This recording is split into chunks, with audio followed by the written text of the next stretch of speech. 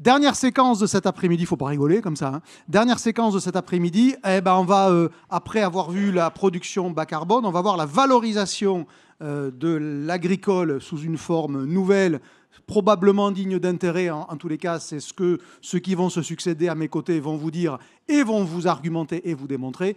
En gros, c'est agriculture et biocarburant. Comment on arrive à créer une histoire entre ces deux mondes-là.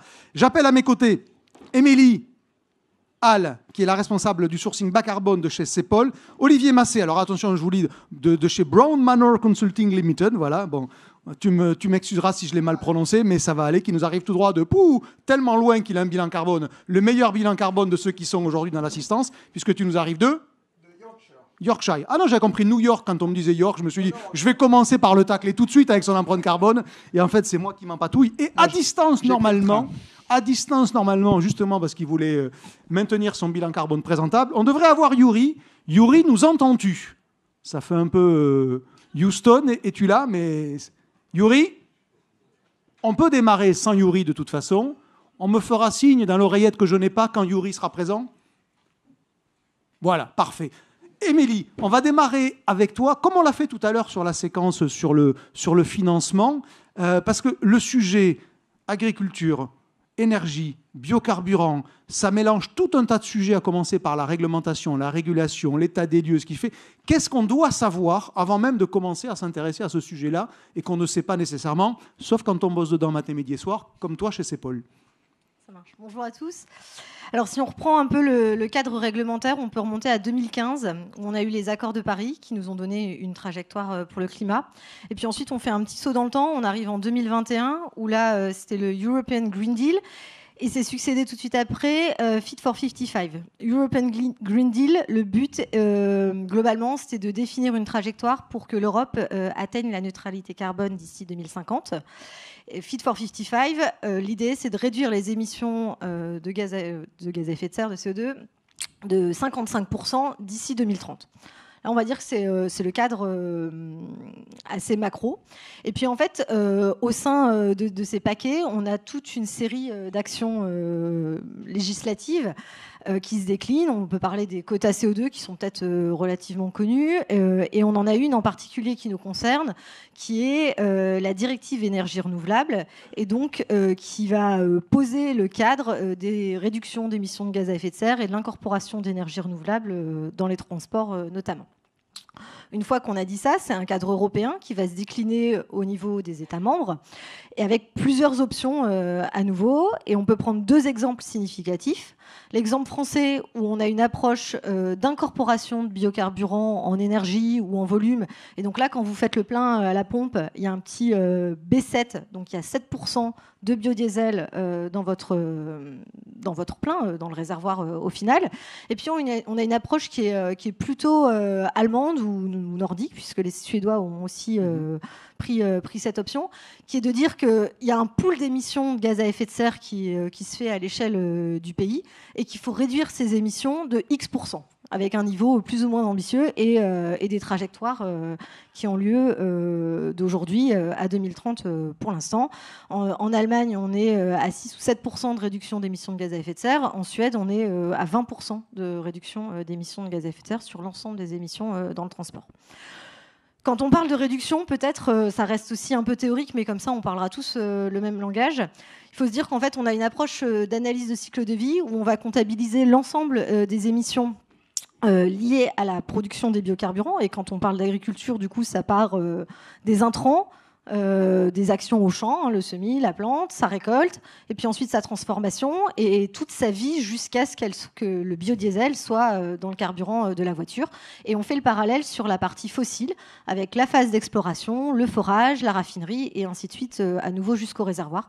Et c'est le ratio entre ces deux analyses de cycle de vie qui nous permettent de parler de réduction d'émissions de gaz à effet de serre. Dans quelle proportion, à la fois la réduction, l'incorporation à date, ça représente quoi?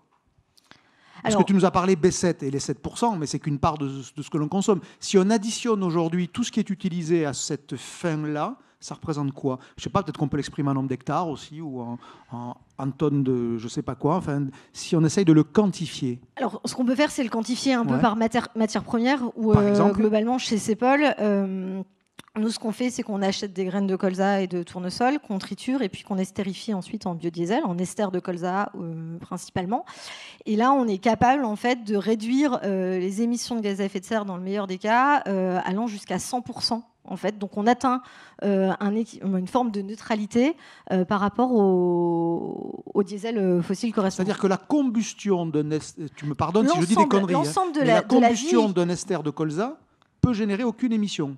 Exactement. D'accord. Quand on prend l'ensemble en fait des étapes démarrant même à la prise en compte des intrants agricoles et qu'on additionne tout ça et avec les procédés industriels, on arrive à complètement annuler les émissions d'une énergie fossile.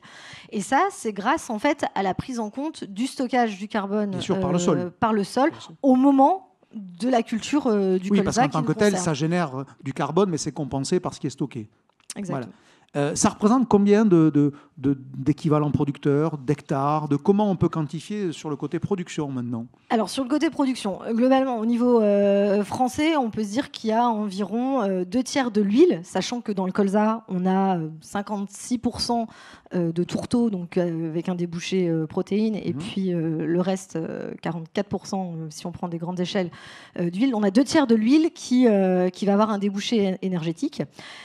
Ensuite, au niveau des producteurs qui sont engagés dans des démarches bas carbone, notamment la démarche Oleos dont Arnaud a parlé précédemment, on va considérer qu'on a entre 4500 et 5000 agriculteurs engagés avec nous dans cette démarche bas carbone avec une destination biocarburant.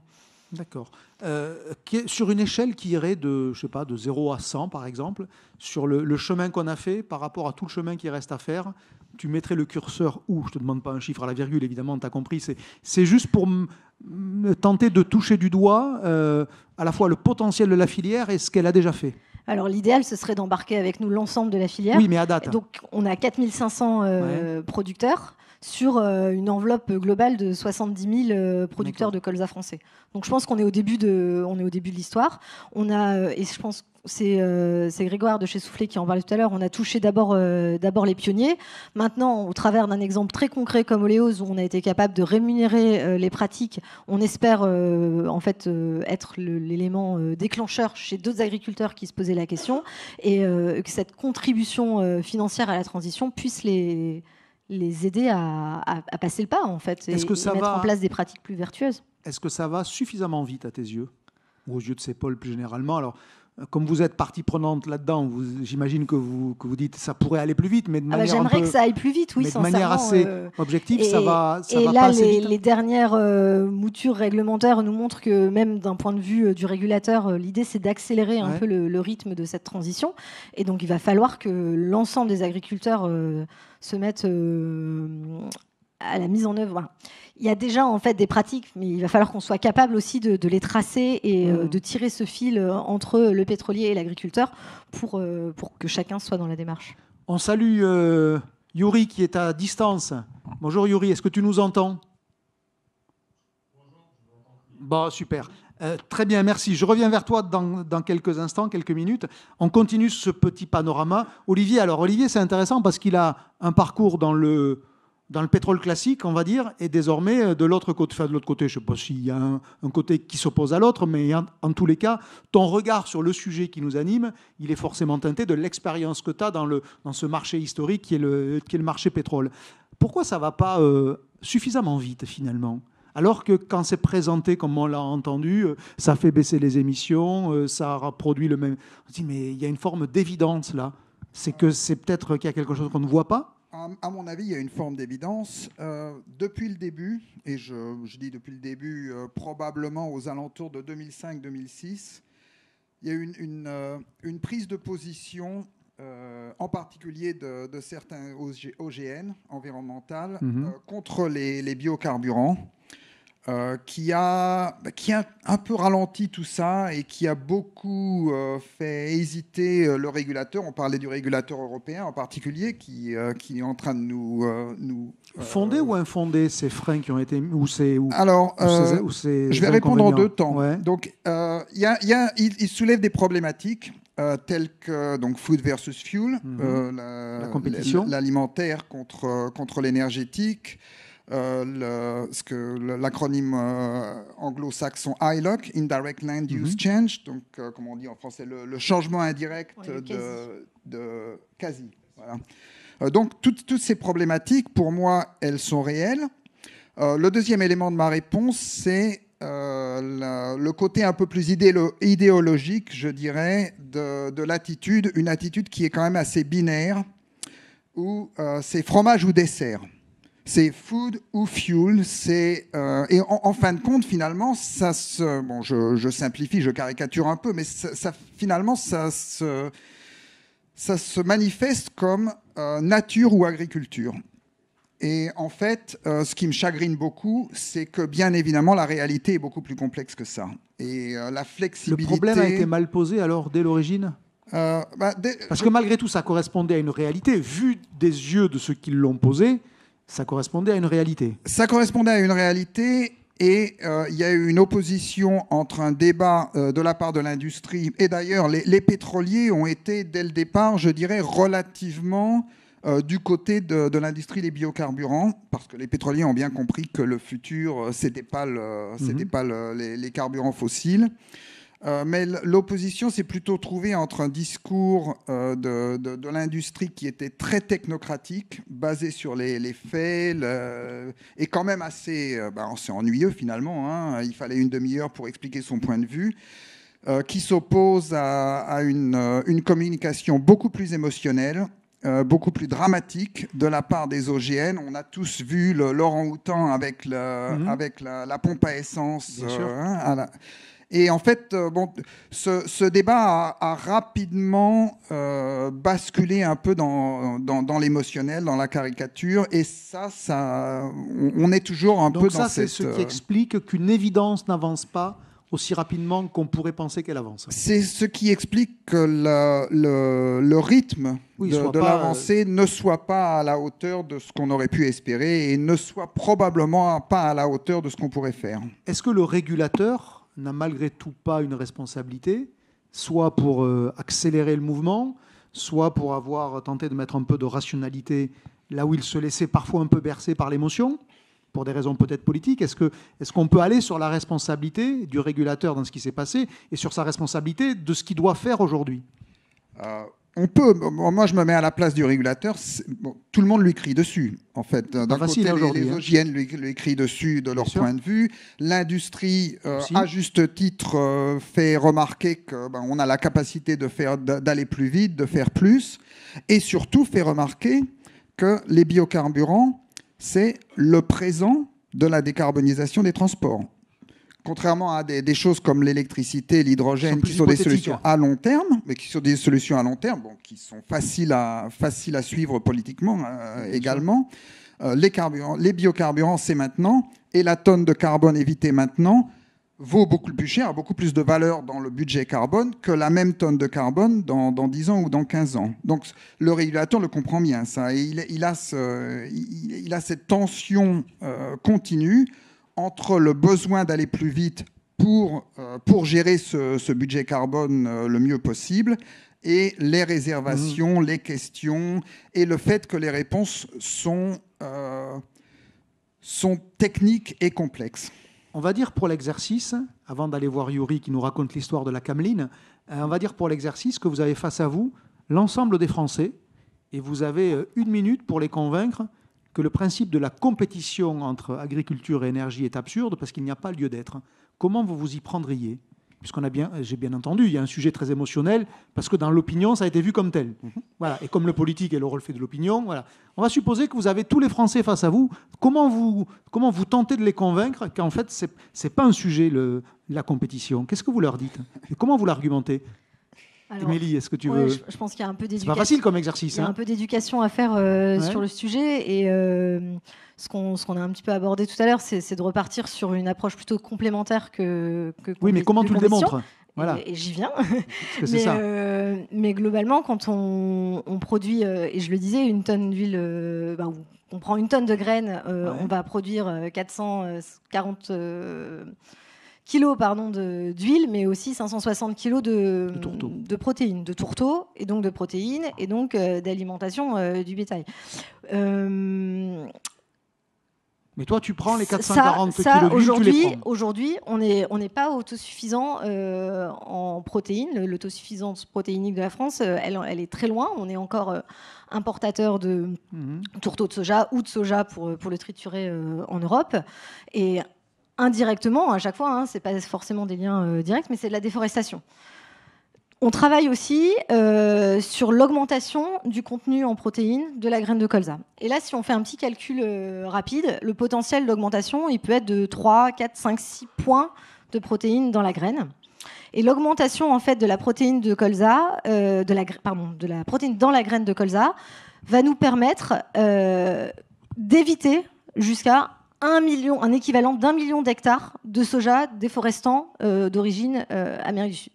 Si aujourd'hui on n'a pas le débouché sur l'huile, et donc je rappelle 2/3 du débouché est quand même lié à l'utilisation énergétique, en fait on tue la possibilité de valoriser la protéine locale et on réimporte du soja déforestant. Ça va être le premier, je pense, argument et le premier niveau d'éducation qu'on peut fournir à l'ensemble des Français que j'ai devant moi. Et puis le deuxième point, ça va aussi être sur le travail, et ça fera le lien avec l'intervention de Yuri, mais on travaille aussi sur des intercultures. Donc là, interculture, c'est une culture qui est mise entre deux cultures principales à un moment donné où le sol n'était pas utilisé. Il n'y a pas de compétition en fait à ce niveau-là.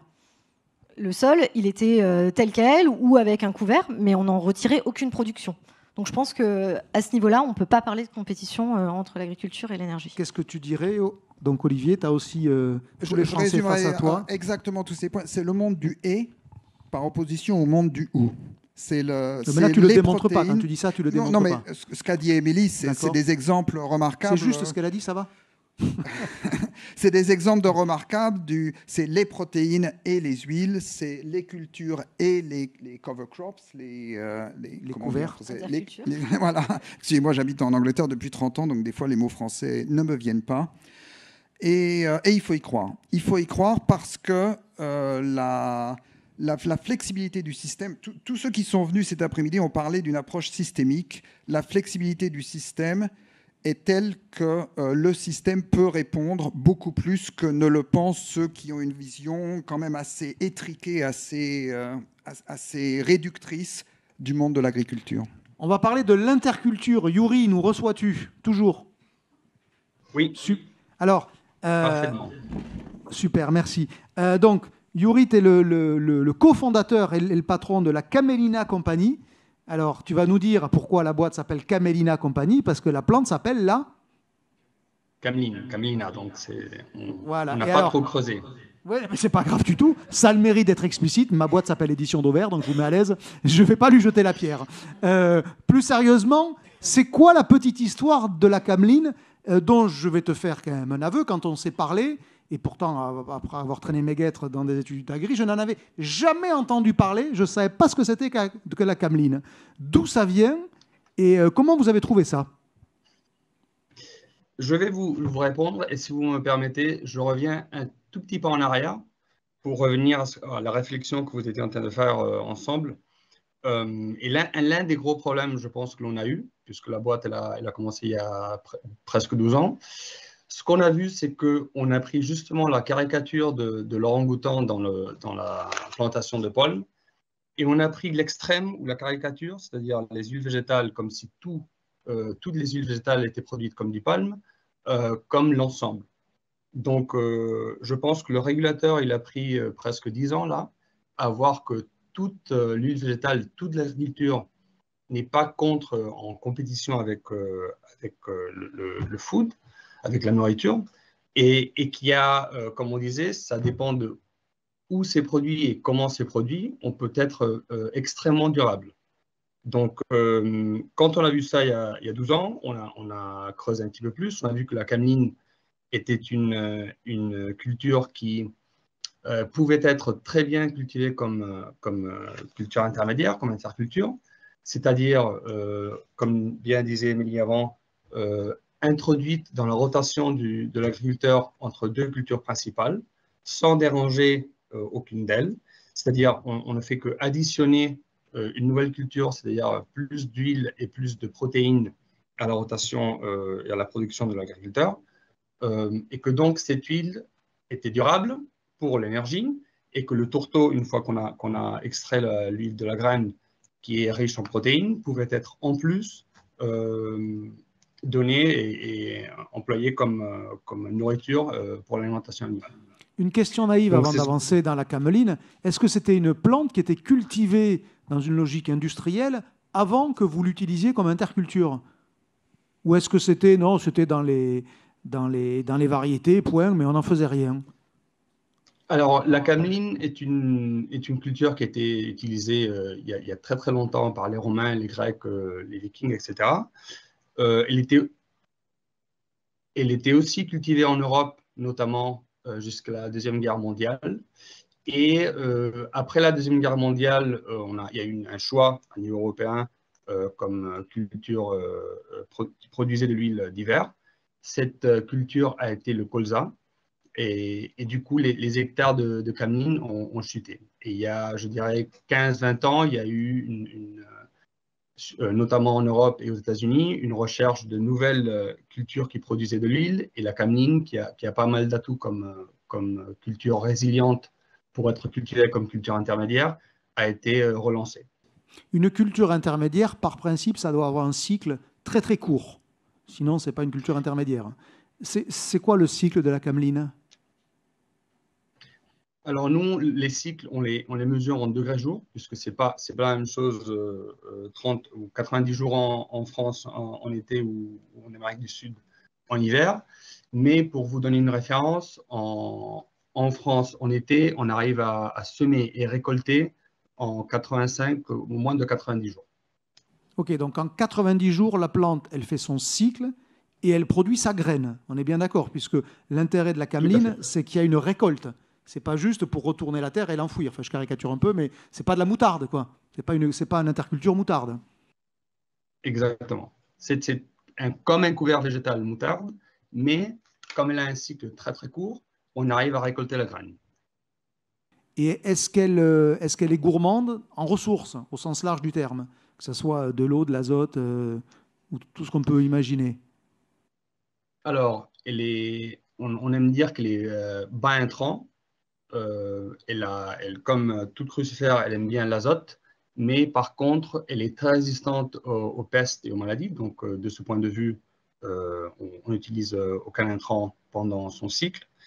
Et puisqu'elle produit de la biomasse, mais ça reste une plante plutôt petite, elle atteint 1 mètre maximum, 1,20 m, 1,30 m, la consommation d'eau n'est pas si élevée. Et ça, c'est un point très important, puisque sinon, on commencerait à affecter les disponibilités en ressources pour la culture principale suivante. Donc, au bout de 80 ou 90 jours, elle est battue, on récolte la graine, le végétal reste sur le sol, c'est ça?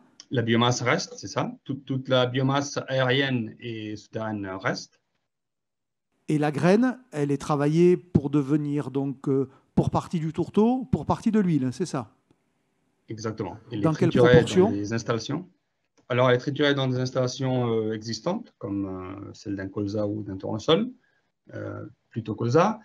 La cameline a environ 40% d'huile et le reste, c'est du tourteau.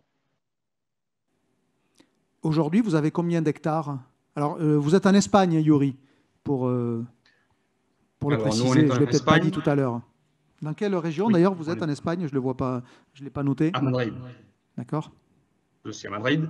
Alors, en Espagne, on fait surtout de la multiplication de semences, puisque nous, ce qu'on fait comme compagnie, c'est développer de nouvelles variétés qui puissent s'adapter comme culture intermédiaire, comme couvert végétal récoltable, c'est-à-dire qui ait un cycle suffisamment court pour la région que l'on mise, mais aussi qu'elle soit adaptée d'un point de vue climatique. C'est-à-dire des variétés pour la France qui sont cultivées en été ne sont pas les mêmes que celles que l'on mise pour l'Amérique du Sud. Puisqu'en Amérique du Sud, comme la culture principale, c'est normalement une culture d'été, un soja, un maïs, la culture intermédiaire, c'est une culture intermédiaire d'hiver. Donc là, on cherche des résistances au froid. Combien Donc, d'hectares en France, à date? En France, on a une collaboration avec CEPOL et on a fait des pilotes jusqu'à 2000-2500 hectares. Avec quel niveau de rendement? Est-ce que c'est homogène, très hétérogène? Comment elle se comporte cette plante? Malheureusement, en France, ces dernières années, ce n'est pas autant un problème d'homogénéité de la plante, ça a été plutôt un problème d'homogénéité du climat. On a eu des sécheresses très, très importantes. Donc, ça affecte. Oui, donc c'était plutôt difficile. Mais le potentiel qu'on a vu avec des agriculteurs, ça peut aller jusqu'à 15-18 quintaux l'hectare. 15 quintaux hectares ou 18 quintaux hectares, c'est le record de production. Oui. D'accord. Pourquoi il n'y en a pas davantage en France, Émilie? Quelle est l'appétence des agriculteurs pour le principe de l'interculture et de changer leurs habitudes? Parce qu'on en revient à quelque chose, hein, ils ne le faisaient pas, donc pourquoi le feraient-ils? Je simplifie, mais c'est quand même malheureusement souvent ça. C'est exactement le point, en fait. C'est un pilote qui a démarré on a fait la 3e campagne, donc il y a 3 ans.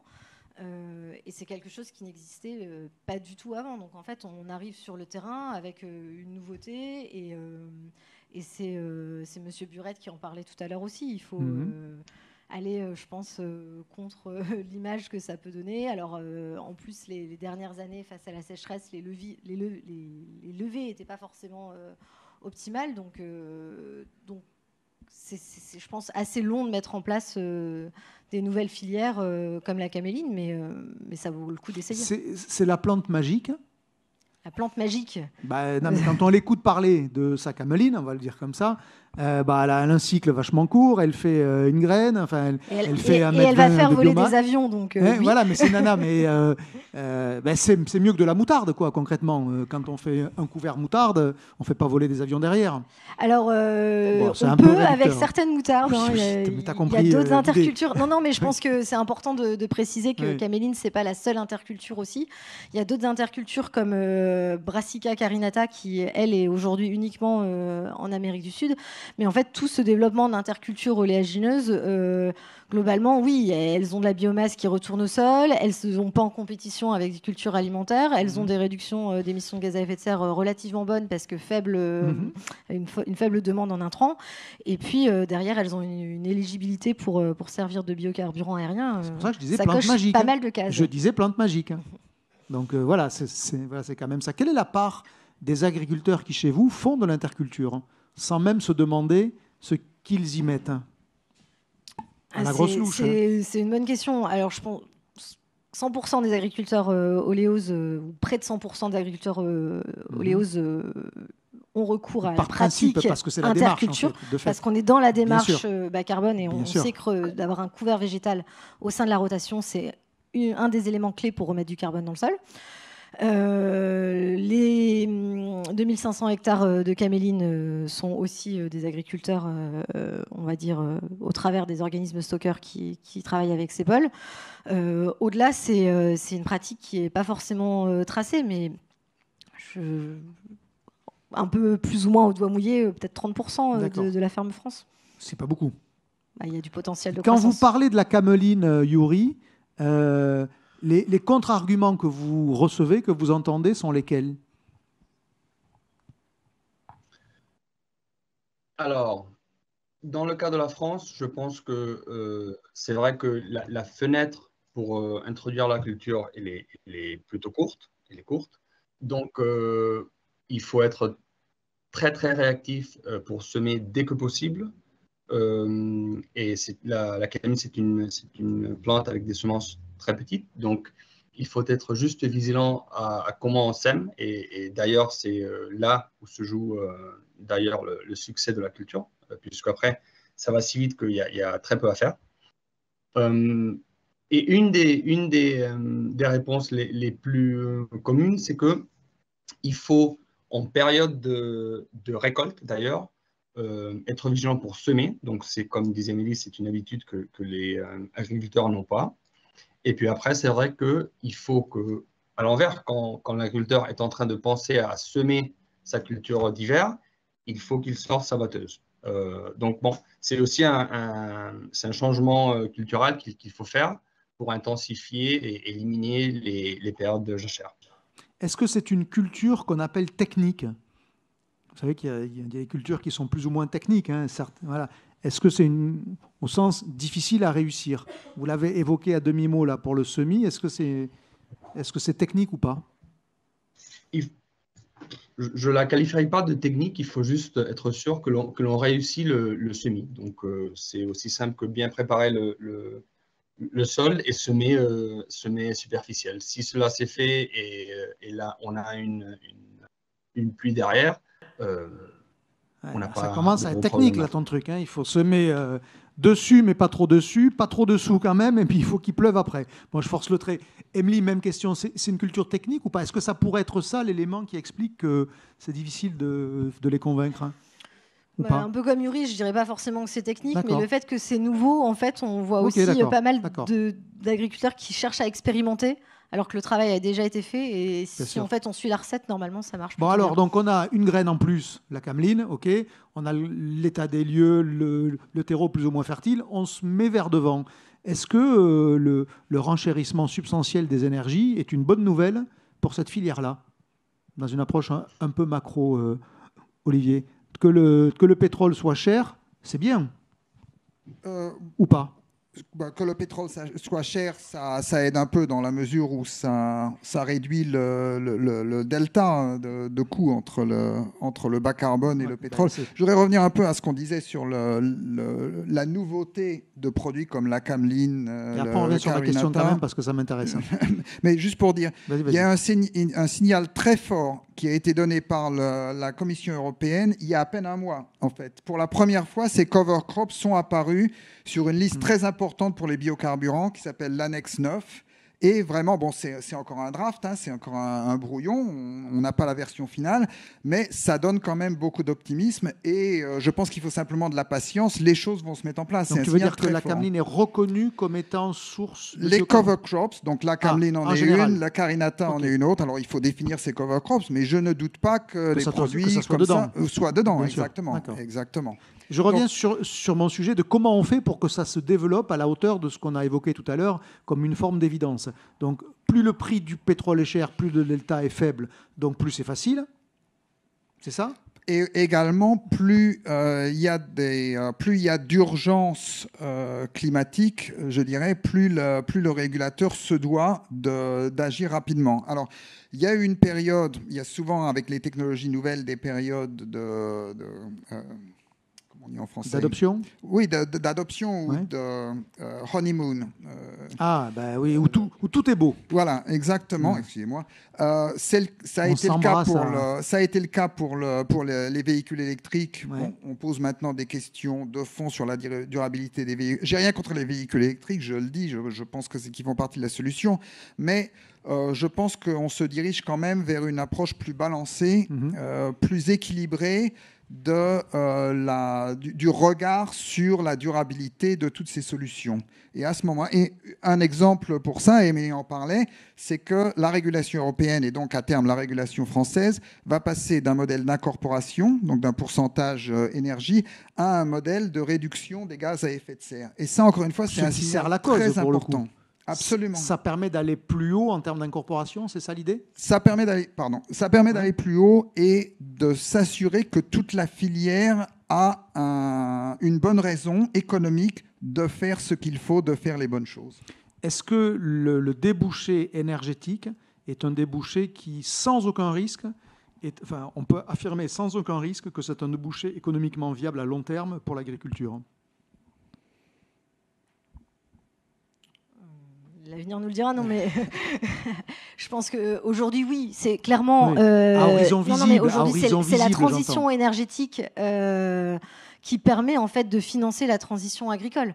Donc c'est la valeur qu'on est capable de capter sur la vente des biocarburants parce que drivé par des mandats et par un régulateur, que nous on peut recascader jusqu'au maillon amont de l'agriculteur pour que lui aussi mette en œuvre des pratiques durables et puis que globalement l'ensemble de l'écosystème soit tiré vers le haut. Donc oui, la valeur dans l'énergie sert pour l'agriculture. Vous connaissez ma baguette magique? Qu'est-ce que vous en feriez là-dessus? Vous fixeriez un minimum de taux d'incorporation, j'ai n'importe quoi, hein, à 50% pour qu'il y ait un appel d'air et un soutien des cours de dingue, et puis là, vous allez voir, les mecs, ils vont être riches à millions et ils vont changer leurs pratiques culturelles, qu'est-ce que vous en feriez? Je ne sais pas si j'irais sur ce niveau-là, mais Ça peut être autre chose, hein. Mais peut-être avec une approche de garder toujours en tête les compromis et de ne pas avoir une solution mise en avant plutôt qu'une autre et de vouloir laver plus blanc que blanc. Je pense que la transition environnementale, énergétique et même agricole, l'ensemble des transitions seront un équilibre, et on en a parlé lors de la table ronde précédente et on en parlait aussi ce matin sur les différentes tables rondes, même si c'était plus alimentaire. Ce sera une somme en fait de plusieurs actions, et de ne pas avoir une approche radicale uniquement dans un sens nous aidera à avancer. C'est très nuancé comme baguette magique, hein. Moi, je m'attendais à un truc qui casse la baraque. Bah oui, mais non, si je prends qu'un oui, seul exemple, j'entends. en fait, je deviens radicale et je me contredis. Non, mais bien sûr, j'ai bien compris. Le taux d'incorporation, c'est pas le levier le plus à impact. En fait, je pense qu'aujourd'hui, les taux d'incorporation sont déjà à des niveaux ambitieux. D'accord. Donc on doit faire le travail sur le sourcing, et ils vont continuer à augmenter. Donc je ne vais pas griller ma baguette magique sur quelque chose qui est déjà en place. Qui va arriver de toute Oui. façon. Et si on essaye d'imaginer le futur, ça peut aller à quel niveau, à quelle échéance? En termes de réduction... Non, d'incorporation. Alors justement, on ne parlera plus d'incorporation, mais de réduction d'émissions de gaz à effet de serre. Oui, et dont l'incorporation sera l'un des leviers. Dans un futur moyen proche, on a des 30% de réduction d'émissions de gaz à effet de serre. Et puis après, si on se rattache à l'ensemble des textes, on doit tendre vers la neutralité. La voiture de mes je sais pas, petits-enfants en 2050, on utilise souvent le mot l'échéance 2050. Dans le réservoir, s'il y a encore, on va supposer, des véhicules thermiques, ça fait beaucoup de fiction, hein, il y aura quelle part de matière d'origine agricole?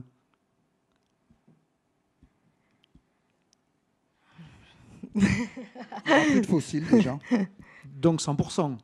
100% d'agricole ou de e-fuels, c'est-à-dire de fuels qui viennent de l'électrolyse, de la production d'hydrogène vert par électrolyse de l'eau. Sachant que dans les véhicules, dans les voitures, probablement ce serait plutôt des biocarburants plutôt que des e-fuels qui seraient réservés à d'autres réservés à l'aviation, etc. Pareil, il faut dire aujourd'hui quand même que les biocarburants sont une des solutions du mix et de la transition. En fait, l'idée c'est pas d'avoir 100% de biocarburants en 2050 ou en 2070. C'est ce que tu disais tout à l'heure, Olivier. On a la solution maintenant pour décarboner maintenant, et d'autres solutions du futur sont en train d'arriver et se démocratiseront par la suite. Je te mets une baguette magique, Olivier. T'en fais quoi toi du coup, pour que ça aille plus vite, plus loin, plus fort? Je me rajeunis de 30 ans déjà, non, mais ça, s'il reste, t'en as pas besoin. Tu dois avoir un succès, toi. Avec ton franglais, là, elles doivent tomber. Vas-y. J'enlève ce côté émotionnel de la conversation et vraiment, on se focalise sur les gaz à effet de serre. On se focalise sur sans choisir a priori une solution ou l'autre. On fait de la diminution du gaz à effet de serre, c'est ça la performance. On parlait plutôt cet après-midi de la performance agricole, le volume, qu'on mélange la cause et la conséquence en fait, parce que c'est ça que ça revient à dire. C'est l'incorporation, c'est pas une finalité, c'est le levier de quelque chose. Absolument. Voilà. L'important, c'est la réduction des émissions. Faisons de la réduction d'émissions. L'incorporation, c'est une cause, c'est un moyen. Le jour où on aura d'autres énergies, qu'est-ce qu'on fera de l'huile de colza qu'on utilise dans les biocarburants? On sera mort, de toute façon, quand ça arrivera? Non, parce que tu nous as présenté, c'était ton argumentaire face à l'opinion, de dire, de toute façon, on a besoin de ce débouché-là, parce que pour ce qu'on appellerait l'équilibre matière. Ça ne s'appelle pas comme ça dans une production végétale, mais vous avez compris. Mais là, c'est ce qu'on se disait. En fait, il y a le véhicule particulier, mais il y a aussi le poids lourd, l'aviation, le maritime. Et je pense qu'aujourd'hui, l'assiette est assez infinie en termes de qu'on en aura toujours débouchés. besoin. D'accord. Ouais. Yuri, tu as eu une baguette magique, tu me mets de la cameline partout? Tout à fait. Eh ben voilà. Entre l'autre qui nous disait qu'il démissionnait tout de suite, hein, Thierry, voilà, et lui, voilà, tout à fait. Merci à tous les trois, vous pouvez les applaudir.